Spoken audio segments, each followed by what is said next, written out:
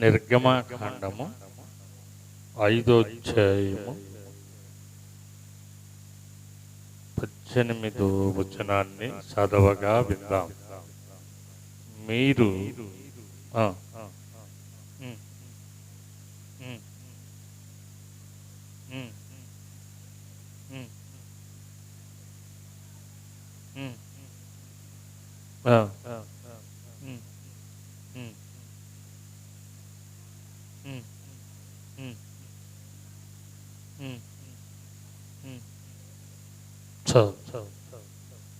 ప్రార్థన చేసుకున్నాం. పరిశుద్ధుడు అయిన దేవా, నీ వందనాలు, స్తుతులు, స్తోత్రాలు. ఈ పక్షాన్ని నిలబడుతున్న నేను ఎన్నికలైన వాడిని మీరే మీ బిడ్డలతో మాట్లాడి వారిని దీవించి ఆశీర్వదించి నీ సిలువ చాటు నన్ను మరుగుపరచమని యేసు నామములో అడుగుతున్నాము తండ్రి, ఆమేన్. హల్లెలూయా. ఇది బలానికి సంబంధించిన వాక్యం. ఏంటి అందరూ చెప్పండి? బలం. మన బలం ఎక్కడుంది? మన బలం ఎక్కడుంది?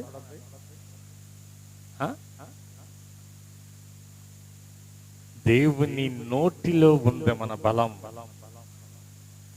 దేవుడు దీవెనలో ఉంది మన బలం. దేవుడు ఆశీర్వాదంలో ఉంది మన బలం. కానీ ఈనాటి జనులందరూ బలం ఎక్కడుంది అంటే నా కులములో ఉంది అని కొందరు, నా ధనములో ఉందని కొందరు, నా ఇంటి పేరటలో ఉంది బలం అంటున్నారు. హల్లెలూయా. ఇది తాత్కాలికమైన బలం. ఏ బలం? తాత్కాలికమైంది. మానవుడు బలం ఏ పాటి? సంసోనుకి చూస్తే మనం న్యాయాధిపతుల గ్రంథంలో అతడికి విస్తారమైన బలాన్ని దేవుడు అనుగ్రహించాడు. ఆ బలమంతా పోగొట్టుకున్నాడు. ఏం చేశాడు? పోగొట్టుకుని పాడు చేసుకుని చివరి గడియలో అడుగుతున్నాడు, తండ్రి మొదటి బలాన్ని ఒక్కసారి నాకు అనుగ్రహించయ్యా అంటున్నాడు. ఏంటంటే మొదటి బలం. మానవులమైన బలం ఎప్పుడుంటుంది? యవ్వన ప్రాయంలో బలం ఉంటుంది. వయసు పైబడే కొద్ది ఆ బలము క్షీణిస్తూ ఉంది, బలహీన పడుతూ ఉంటుంది. కానీ కాలే పట్టాడు. నేను నీ వద్దకు వచ్చినప్పుడు ఏ బలమైతే ఉందో ఇప్పుడు కూడా ఆ బలమే ఉంది నాకు. ఏ బలం? యెహోవా ఇచ్చు బలం.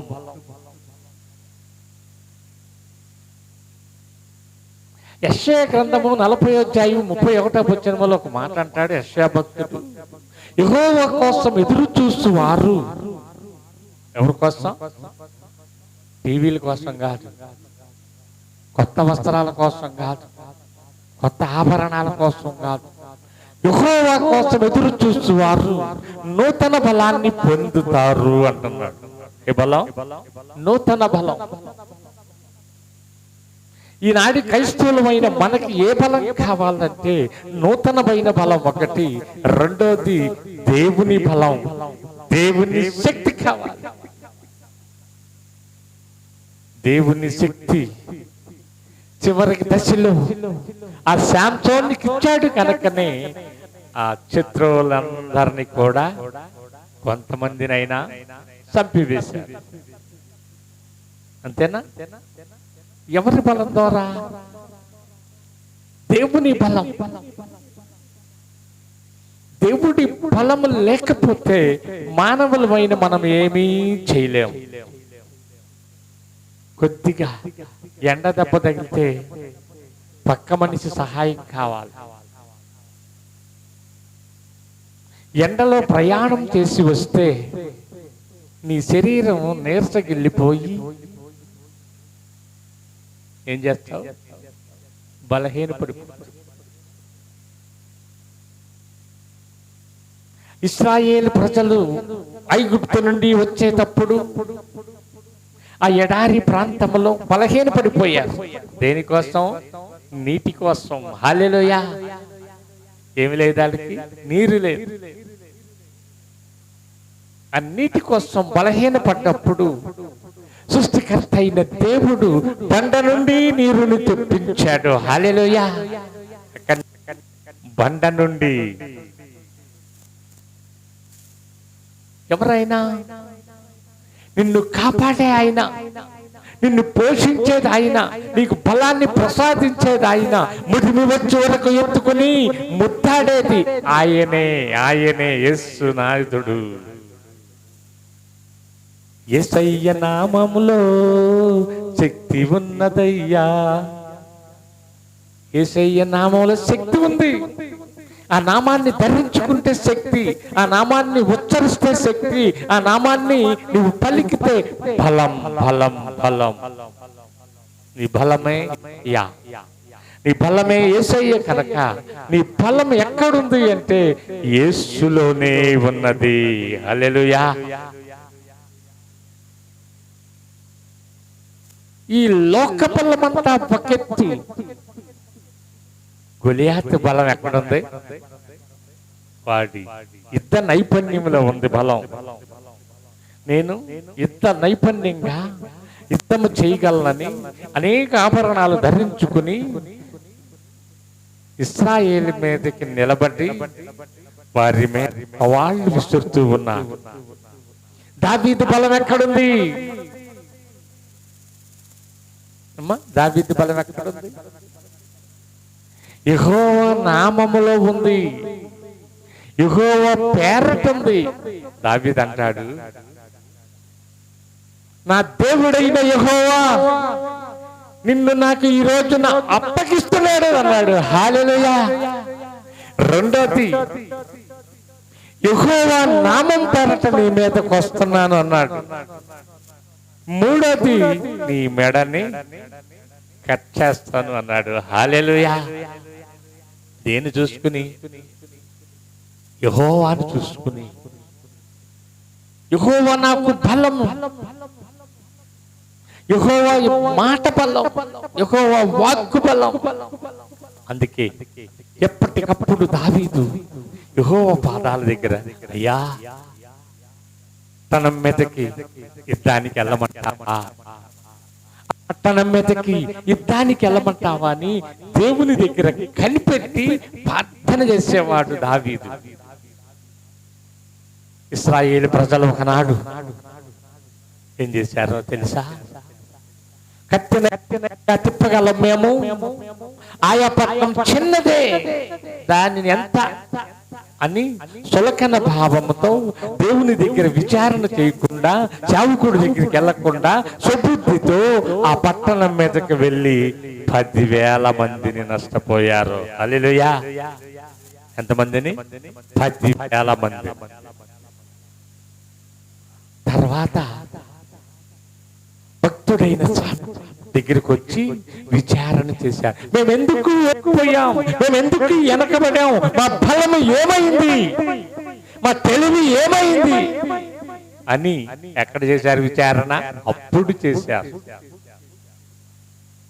ప్రతి క్రైస్తవుడు కూడా ఏ పని చేయాలన్నా, ఏది ఇంటిలో నుండి అడుగు పెట్టాలన్నా, నిద్ర లేచినా నిద్రపోయినా యెహోవా నామమునే మహిమపరచాలి. హల్లెలూయా. ఏ నామం? యెహోవా నామం.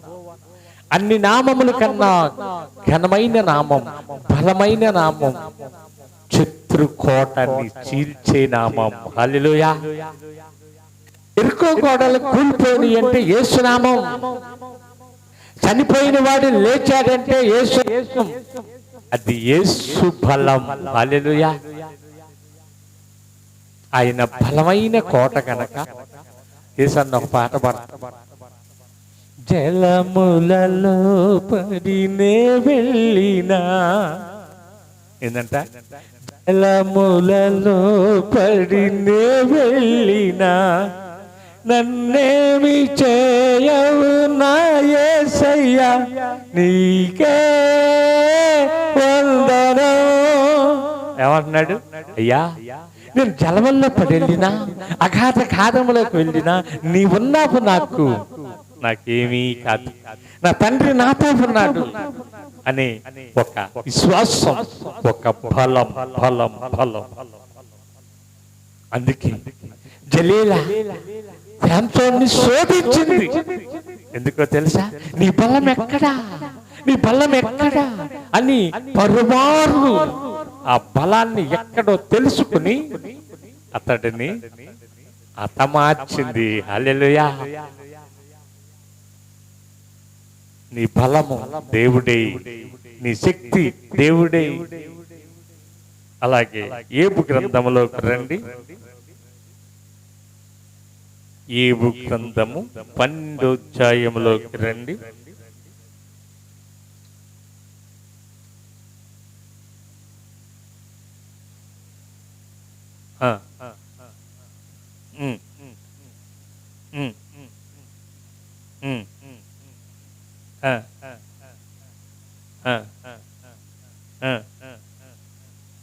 చాలు.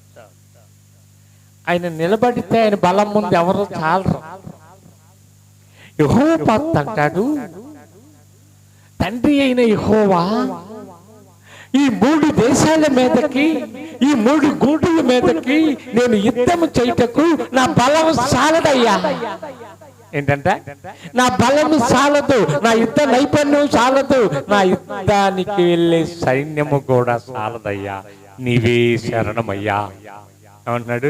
నీవే శరణమని యెహోవాని ఏడుకుంటే ఆ రాజ్య వస్త్రాలు తీసి పక్కన పెట్టి బూడిద జల్లుకుని గోనిపట్టా కట్టుకుని ఆ పట్టణమంతా ఉపవాసముని ప్రకటించి యెహోవా బలము కోసం ఎదురు చూశాడు. హల్లెలూయా. ఏ బలం? దేవుని బలం. దేవుడిని అడగగానే దేవుడు ఏం చేశాడో తెలుసా? కత్తి తీయకుండా, యుద్ధము చేయకుండా యెహోవాకి విజయాన్ని సమకూర్చాడు. చప్పట్ల కొట్టి దేవుడిని మహిమపరచు, చప్పట్ల కొట్టి దేవుడిని మహిమపరచు. యెహోవా ఊరికే ఉన్నాడు అని నీ దేవుడు విజయాన్ని ఇస్తాడు. నీ దేవుడు నీకు బలాన్ని ఇస్తాడు. నీ దేవుడు నీ పక్కనే ఉంటాడు. ఏది నీకు అవసరమో తాను ఎరిగి ఉండగా మేలు కలుగా చేయుట కొరకు నీ పక్కనే ఉండెను. ఎందుకంటే ఆయన ఉంది, నీకు మేలు చేయటానికి నీ పక్కనే ఉంటాడు. నీకు ఏది అవసరమో, ఏ బలం అవసరమో, ఏ ధనం అవసరమో, ఏది నీకు అవసరమో నీ తండ్రికి తెలుసు. హల్లెలూయా. ఆయన అవసరాలు తీర్చే దేవుడు, ఆదుకునే దేవుడు. 6 బాధలు వచ్చినా ఆదుకుంటాడు నీ తండ్రి, 7 బాధలు వచ్చినా ఇడిపించేవాడు నా తండ్రి. హల్లెలూయా. అలాగే కీర్తన భాగంలోకి రండి. 18వ కీర్తన 32వ వచనములోకి రండి. ఏంటంట? బలము ధరింపు చేయువాడు ఆయనే. హల్లెలూయా. చదువు.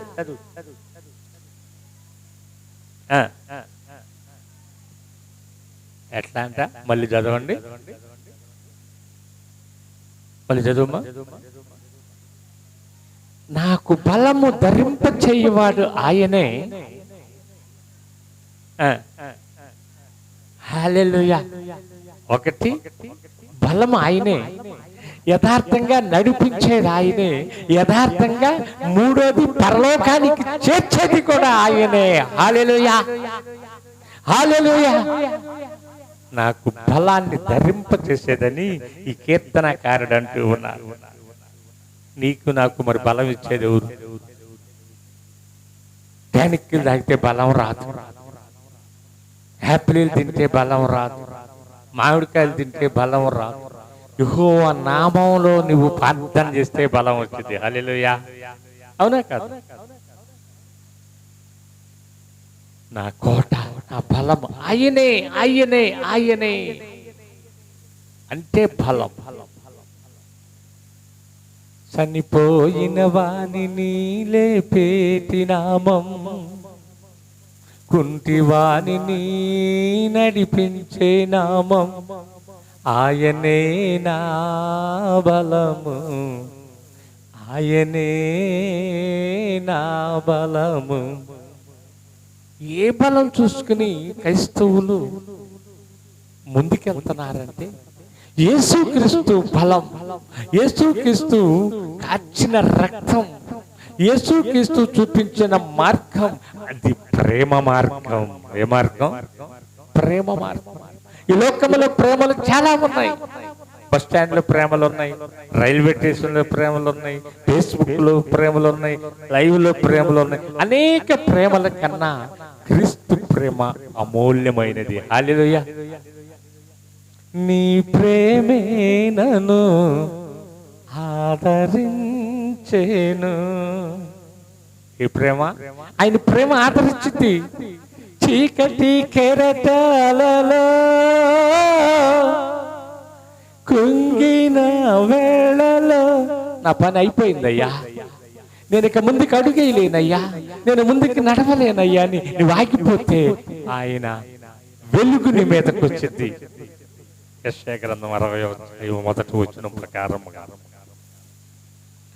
చూద్దాం. అదే కీర్తనలోకి రండి.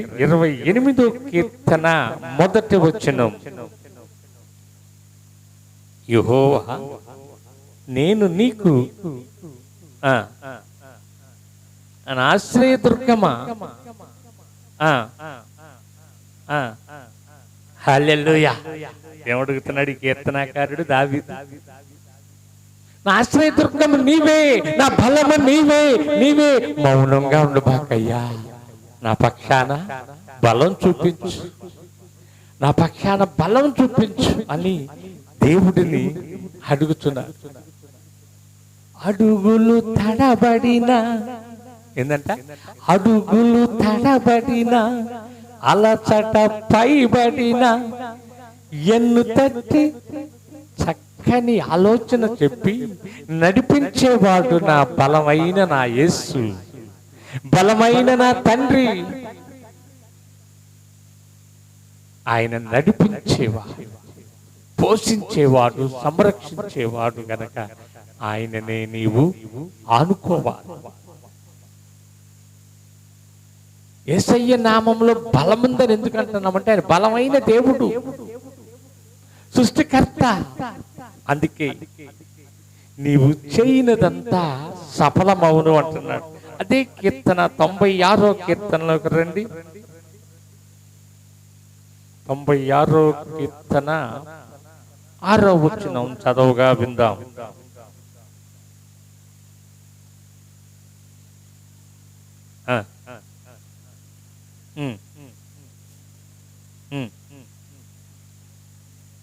హల్లెలూయా. ఎక్కడండి? ఆయన పరిశుద్ధ ఆలయములో. ఇందాక కీర్తనకారుడు కూడా 33వ కీర్తనలో కూడా నీతిమంతుడు గురించి మాట్లాడాడు దేవుడు. అది పరిశుద్ధ స్థలం. ఆయన ఎక్కడుంటే అక్కడ పరిశుద్ధత. ఆయన కాళ్ళు పెట్టితే పరిశుద్ధత, నోరు తెరిస్తే పరిశుద్ధత, ఆయన మాట పరిశుద్ధత, సమస్తము పరిశుద్ధత, పరిశుద్ధత, పరిశుద్ధత అంటూ ఉంది లేఖనం. మరి మన నీతి ఎక్కడంటే పరిశుద్ధతలోనే ఉంది. మన మురికి వస్త్రాన్ని పరిశుద్ధపరచుకోవాలంటే దేవుని దగ్గరికి రావాలి. ఎక్కడికి రావాలి? నీ బట్టలకి మురికైతే ఎక్కడికి వెళ్ళాలి? నీటి దగ్గరికి వెళ్ళాలి. నీళ్ళల్లో తడపకుండా మురికి పోయిద్దా? ఏంటమ్మా మాకేమేం గుడ్లొత్తగా ఉన్నట్టుగా ఉండారు? బట్టలకి పట్టిన మురికి నీటిలో ముంచితేనే మురికిపోతుందా, లేక ఎండ ఇస్తే మురికిపోయిద్దా?